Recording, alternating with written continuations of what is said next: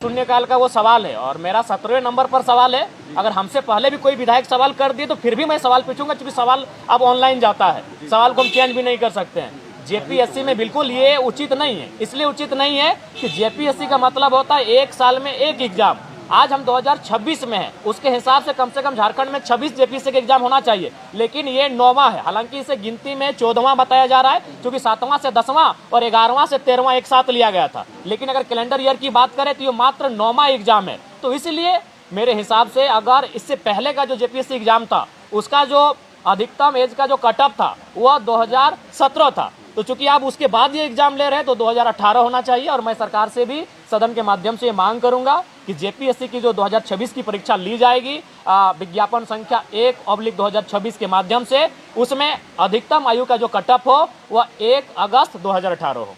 तो आप अभी गए थे, हमारे आप ही के बीच से एक भाई गए थे पत्रकार, जो वक्तव्य दिया था। हाँ नहीं ठीक है, नहीं हम नहीं फिर उसको हमने तुरंत, लेकिन जो विधायकों को सामान मिलता है वो भी ले रहे हैं। नहीं उसको तो हमने चिट्ठी लिखकर दे दिया है और सामान हमने वितरण कर दिया था। देखिए आपको फिर बता रहे, हम नहीं लेने से जाहिर सी बात है वो तो या तो बंगला बंद होता या तो फिर उनका कोई सहयोगी लेता। आप अभी चले जाए, मैं सभी पत्रकार बंधुओं से कहूंगा जब सेशन चलेगा आप मेरे बंगले से होकर आइए, वहाँ सामान्य लोग गए हैं। और यही नहीं, मैंने कोई विधायक का प्रोटोकॉल नहीं, वो हमारे शयन कक्ष तक, वो हमारे तमाम कक्षों में जाकर आप जाकर देख लीजिए, आम लोग जाकर वहाँ भी बैठे हैं, वहाँ मैंने आके ठहरे हुए हैं, रुके हुए हैं। तो कम से कम एक बंगला ऐसा हुआ जो आम जनता जिनके और विधायक के रांची आवास में कई दूरी होती थी उसको मैंने पाटने का काम किया है, उसमें लोग रहेंगे। हम तो 15 दिन में एक बार आएंगे, बस मेरे नाम से है विधिवत, वो खाली एक प्रोटोकॉल मेरे नाम से, बाकी वहाँ आम जनता रह रही है। आज से आप जाके अभी से आप जाके देख सकते हैं, आप चेक कर सकते हैं। नहीं डुमरी नहीं, झारखंड, डुमरी नहीं। मेरा ये सवाल है, नहीं आईफोन मैं आपके सामने रख दे रहा हूँ। हमारे देखिए, हम लोग कोई भी मोबाइल जो होता है वो हम लोग का तय नहीं होता है, आप ही हमको दे देंगे, इसको चलाइए। अरे विधायक 6 साल से मुख्यमंत्री लड़ते दिख रहे थे केंद्र से, कल वो थोड़ा माइल्ड दिखे।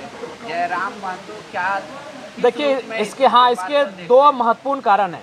पहला कारण है कि माननीय मुख्यमंत्री महोदय वो किसी भी हाल में चाहते हैं कि हमारे आदरणीय बाबा दिशम गुरु को भारत रत्न मिले, वो किसी भी हाल में चाहते हैं और बिना केंद्र के कंप्रोमाइज के ये संभव नहीं है। पहला, वो अपने पिताजी के सम्मान के लिए ये संभावना है। दूसरा है कि एक आर्थिक, किसी भी राज्य की गति बिना अर्थ से संभव नहीं है।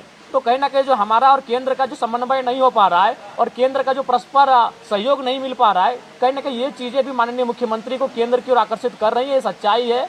और अंदर खाने तो चर्चाएं आप ही लोग लेकर आते हैं, लेकिन अभी तक उसमें सत्यता और प्रमाणित नहीं हो पाई है, लेकिन झुकाव दिखा है, ये सच्चाई है। मतलब संभावना है कि सरकार बना सकते हैं। ब्याज दिया था जिस तरीके से आउटसोर्सिंग कंपनी धनबाद इलाके में मजदूरों के सब्सिडी कर रही है, क्या लगता है सरकार में होते हुए मुख्यमंत्री कब्जा करने के बाद? नहीं बिल्कुल, सरकार में रहते मुख्यमंत्री, ये बयान एक विधायक का हो सकता है, अभी विपक्षी पार्टी के विधायक का, कि आप जाके कब्जा कर लीजिए, आप उनसे ये करिए। लेकिन एक मुख्यमंत्री जो इस राज्य के मुखिया हैं, इनको ये बयान ना देकर बल्कि उनको दबाव देना चाहिए था कि भाई आपको हर हाल में 75% रखना होगा, नहीं तो फिर उनको रिस्ट्रिकेट कर दीजिए।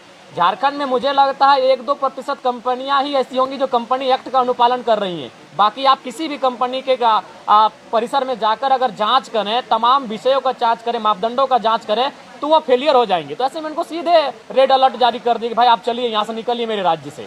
बहुत सारी उनको शिकायतें हैं, लेकिन मुख्यमंत्री केवल भाषणों में ऐसा कह रहे हैं। मैंने उनको कहा कि हम लोग आपके साथ खड़े हैं, हम लोग आपके साथ खड़े हैं निजी कंपनियों के मामले में, क्योंकि झारखंड अलग राज्य की लड़ाई में एक कंपनियों के द्वारा जो उत्पीड़न था वो भी एक महत्वपूर्ण कारण था। और उसी की उपज थे कॉमरेड ए.के. राय, जो मजदूर नेता थे, जो एक मैंने कह सकते हैं एक इंजीनियर थे। तो बिल्कुल एक कंपनियों का भी बहुत बड़ा योगदान रहा है, उनका उत्पीड़न, उनका शोषण, उनके द्वारा मजदूरों का शोषण भी एक बहुत बड़ा योगदान रहा है झारखंड अलग राज्य की क्रांति में। जेपीएससी के छात्र जो है आयु सीमा बढ़ाएंगे। जी, मैं आज मेरा